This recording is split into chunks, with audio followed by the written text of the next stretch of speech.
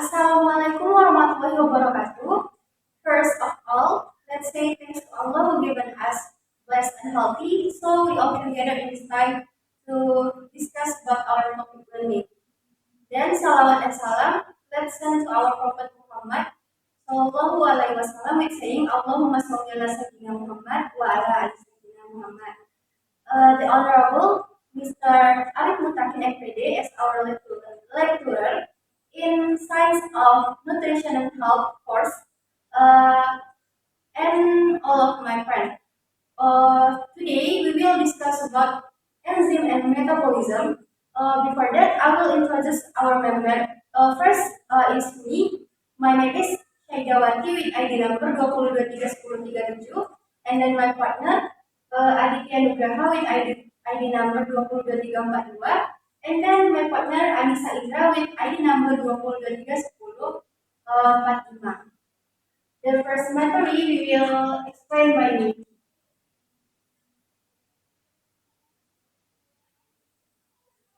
What is enzim? Nah, enzim ini merupakan senyawa organik yang dihasilkan oleh sel-sel di dalam tubuh yang berfungsi sebagai katalisator. Nah, enzim ini memiliki dua bagian, yaitu apoenzim dan gugus prostetik.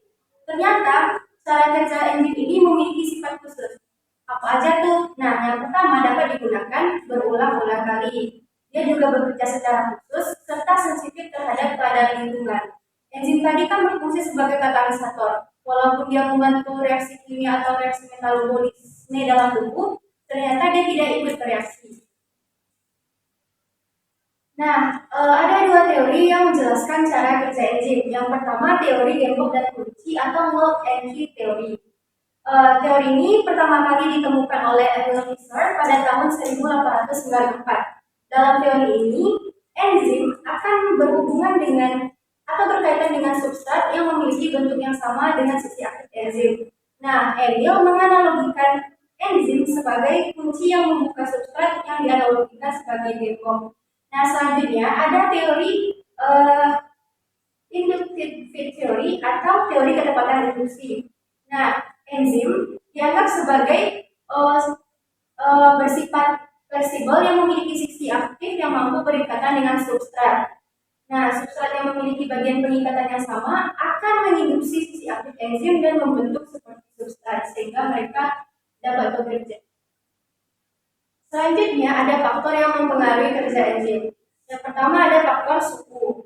Aktivitas enzim akan meningkat seiring bertambahnya suhu hingga batas optimum karena enzim tersusun atas protein. Sebab itu temperatur yang tinggi dan melebihi batas maksimum dapat menyebabkan denaturasi protein atau menyebabkan enzim menjadi rusak.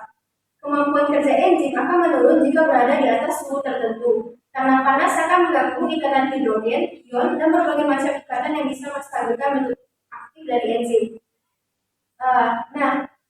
Enzim ini umumnya akan bekerja optimal pada suhu normal berkisar antara 30 sampai 40 derajat Celcius mendekati suhu normal tubuh. Yang kedua ada faktor derajat kesamaan atau pH. Nah, konsentrasi enzim dan substrat berbanding lurus dengan kecepatan reaksi. Artinya, konsentrasi enzim menjadi 2 kali lipat sementara faktor lainnya tetap. Kondisi konstan ini dicapai jika enzim sudah mengikat semua substrat yang akan dikatalisasi. Enzim akan bekerja secara optimal pada suhu 6 sampai 8 mendekati pH netral. Selanjutnya, ada faktor produk. Jika sel menghasilkan produk yang lebih banyak dan daripada yang dibutuhkan, maka produk akan menghambat kerja enzim atau feedback inhibitor. Selanjutnya ada konsentrasi enzim. Konsentrasi enzim dan substrat harus seimbang agar laju reaksi relatif konstan. Jika konsentrasi enzim dan substrat tidak seimbang, maka akan mempengaruhi kerja dari enzim ini. Selanjutnya ada konsentrasi substrat. Nah, penambahan konsentrasi substrat akan meningkatkan laju reaksi yang akan mencapai titik jenuh dan tidak bertambah lagi. Dan selanjutnya ada faktor inhibitor. Inhibitor ini merupakan faktor penghambat yang mempengaruhi kerja enzim. Nah, faktor ini dibedakan pula di dua, yaitu inhibitor kompetitif serta inhibitor non-kompetitif. Okay, next material we will continue by my partner Anissa Indra. Time is yours.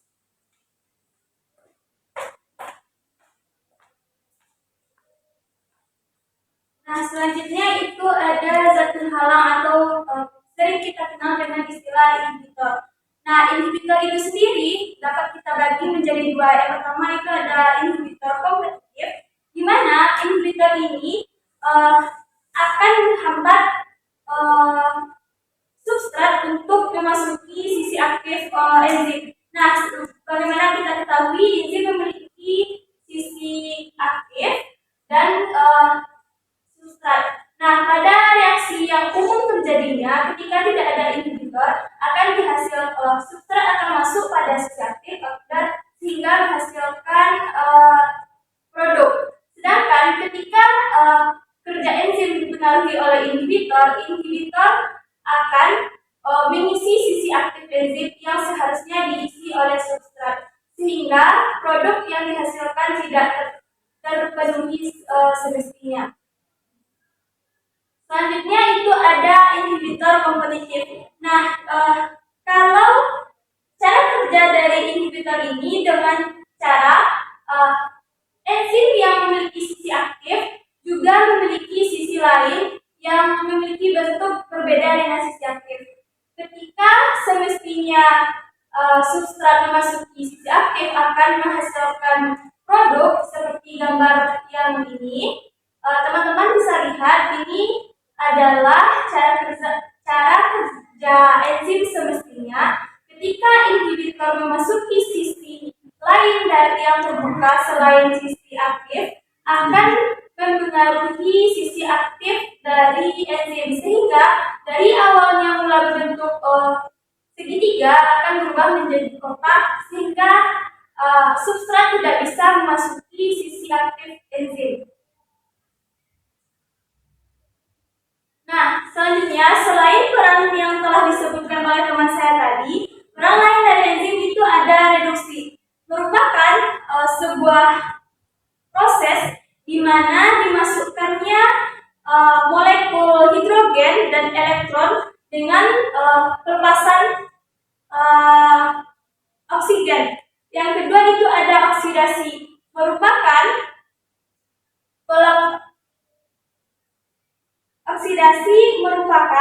proses terjadinya pelepasan molekul hidrogen, elektron atau penambahan oksigen. Yang ketiga itu ada dehidrasi, merupakan pelepasan molekul uap air atau H2O. Yang keempat itu ada hidrolisis, di mana reaksi penambahan H2O pada sebuah molekul dan diikuti dengan pemecahan molekul pada ikatan yang ditambahkan H2O barusan. Yang terakhir itu ada fosforilasi, merupakan reaksi pelepasan fosfat. Nah, selanjutnya kita masuk pada metabolisme. Metabolisme itu sendiri merupakan seluruh reaksi biokimia yang bertujuan untuk mempertahankan kehidupan yang terjadi dalam suatu organisme. Nah, reaksi yang terdapat atau yang meliputi di dalam metabolisme itu sendiri ada reaksi penyusun atau kita kenal dengan reaksi anabolisme dan ada juga reaksi penggunaan energi atau sering kita sebut dengan katabolisme. Nah, yang pertama kita akan masuk pada katabolisme. Katabolisme itu sendiri dapat kita artikan sebagai sebuah proses di mana perombakan senyawa kompleks menuju molekul yang lebih sederhana, di mana untuk katabolisme itu sendiri dapat bekerja dengan dua cara, yaitu dengan aerob dan juga anaerob. Nah, untuk cara yang pertama atau aerob ini prosesnya diikuti dengan penggunaan oksigen dalam prosesnya. Nah,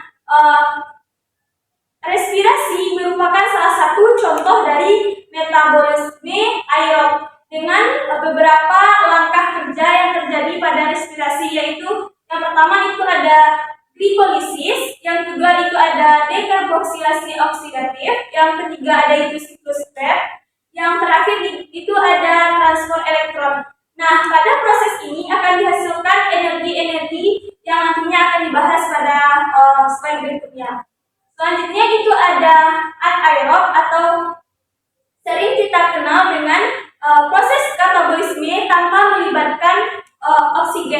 Nah, untuk anaerob sendiri itu ada beberapa eh, ca- ada beberapa proses yang tidak menggunakan oksigen dalam saat katabolisme, yaitu ada fermentasi alkohol, fermentasi asam laktat, dan fermentasi asam cuka.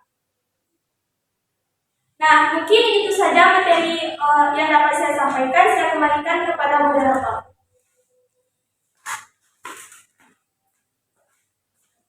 Okay, thank you to Anissa Indra. Next, our material we will continue by Aditya Nudaha. Adit, time is yours.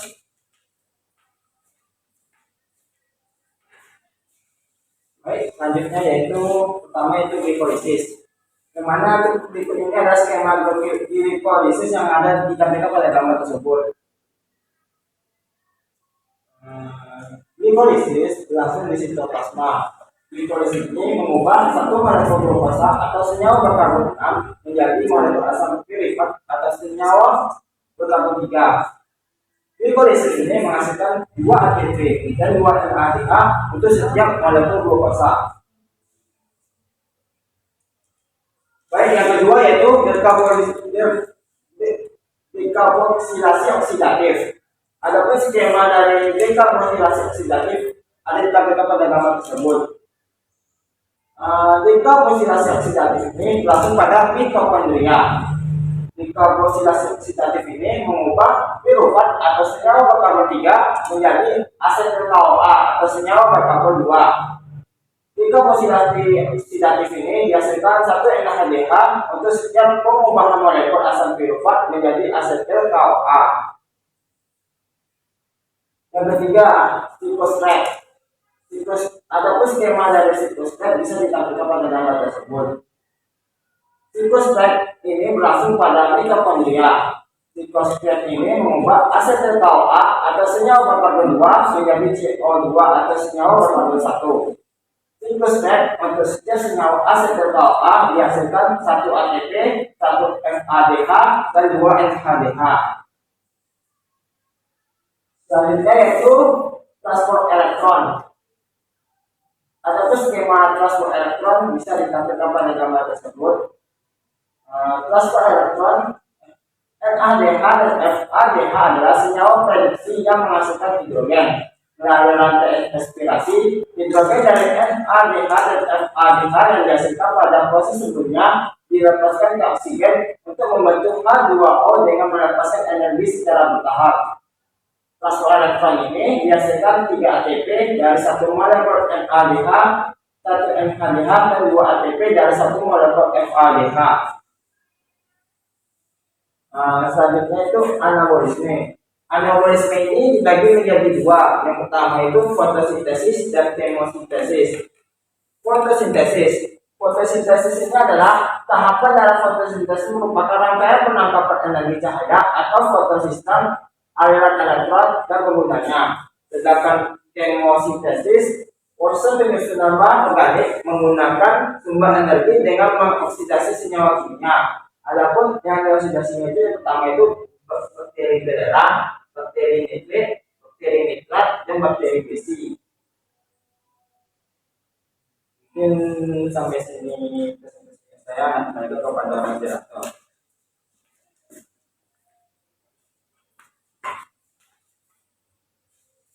Okay, that's all about materi enzim dan metabolisme. Baik, sebelum masuk ke dalam materi yang akan kita bahas pada kali ini, kami sudah membuat mind map terkait materi enzim dan metabolisme. Nah, mind map kami ini akan dipaparkan secara ringkas oleh rekan saya Aditya Nugraha. Kepada Adit.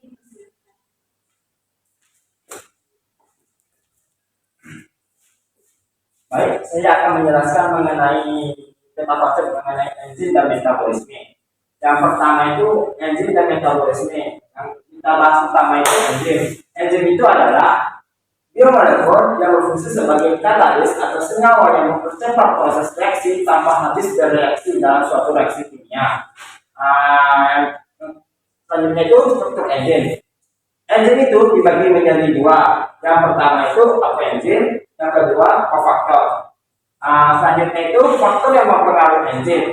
Faktor yang mempengaruhi enzim itu sebenarnya itu ada 7, ada 7. Akan tetapi yang saya tampilkan, yang kelompok kami tampilkan itu ada 3. Yang pertama itu suhu, inhibitor, dan aktivator.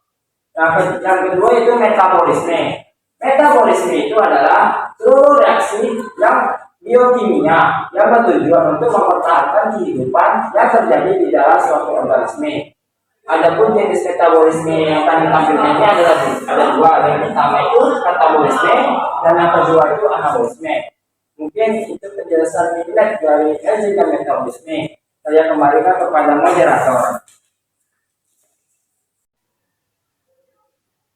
Selanjutnya kami akan menampilkan sebuah poster tentang isu sosial masyarakat berkaitan dengan materi enzim dan metabolisme ini. Nah, poster kami akan dijelaskan oleh rekan saya, Anissa Indra. Kepada Anissa Indra, dipersilakan.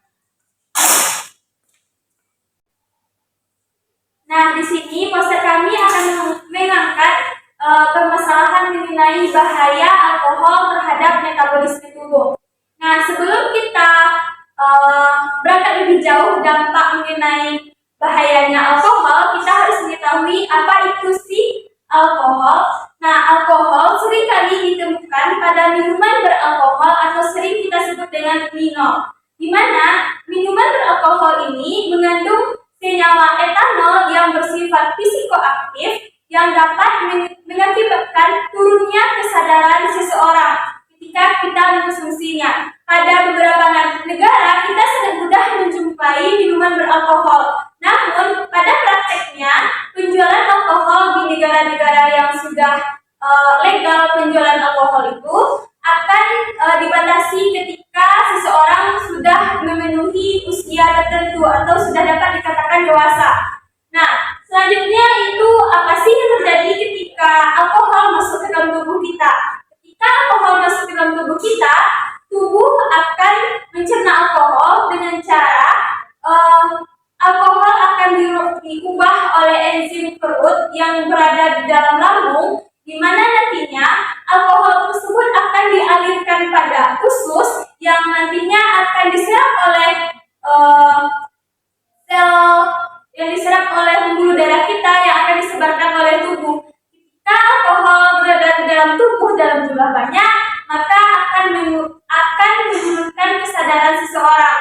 Nah, ketika alkohol sudah tersebar, maka akan diantarkan kembali ke dalam hati yang akan dirombak oleh hati dan akan dikeluarkan oleh hati berserta dengan baik itu urin ataupun keringat kita. Selanjutnya, dampak alkohol bagi tubuh. Nah, untuk dampak alkohol bagi tubuh kita itu dapat mengakibatkan kerusakan hati. Ketika kita banyak mengkonsumsi alkohol, maka kerja hati kita akan lebih meningkat. Sehingga ketika kita sering meminum alkohol dengan jumlah yang banyak, maka hati akan mengalami kerusakan. Selanjutnya itu ada peradangan pankreas, di mana kita ketahui cairan yang dihasilkan oleh pankreas akan membantu hati ketika menetralisir racun yang tumbuh ke dalam tubuh kita. Nah, penggunaan atau mengkonsumsi alkohol dalam jumlah banyak akan meningkatkan kerja pankreas yang sehingga mengakibatkan peradangan pada pankreas. Selanjutnya itu ada kerusakan jantung. Dan itu ada merusak otak dan kerusakan ginjal, di mana organ-organ tersebut merupakan organ-organ vital yang menunjang kehidupan manusia. Sangat banyak di situ ada organ-organ metabolisme di jantung seperti hati, ginjal, pankreas, dan ketika untuk mengalirkan itu ada otak dan jantung. Nah, selanjutnya itu ada pencegahan ketika seseorang sudah mengalami kecanduan alkohol. Yang pertama itu tergantung pada diri sendiri. Ketika seseorang sudah mengalami kecanduan, maka seseorang tersebut harus memiliki tekad untuk dapat bangkit dan keluar dari kecanduan alkoholnya. Nah, selanjutnya ada beberapa langkah yang harus yang bisa kita lakukan ketika kita memiliki keinginan untuk keluar dari kecanduan alkohol ini. Yang pertama itu, rencanakan untuk bisa mengendalikan diri. Nah, kita harus memiliki kontrol terhadap diri agar tidak kecanduan alkohol atau tidak mengonsumsi alkohol lagi. Yang kedua itu, keluar dari lingkungan pemakai alkohol. Nah, ketika kita memiliki keinginan untuk keluar dari kecanduan ini, maka kita akan diusahakan untuk mengubah lingkungan atau pergaulan kita dengan orang-orang yang tidak memiliki kecanduan alkohol. Nah, dari begitu banyak penyebab dan dampak yang ditimbulkan oleh mengkonsumsi alkohol, maka saya di sini mengutip kata-kata dari Benjamin Allier-Stans, di mana beliau berkata, jika kamu bisa berhenti untuk sehari, kamu bisa berhenti untuk seumur hidup. Nah, sekian video presentasi dari kelompok kami. Salah dan gagal mohon maaf, dan terima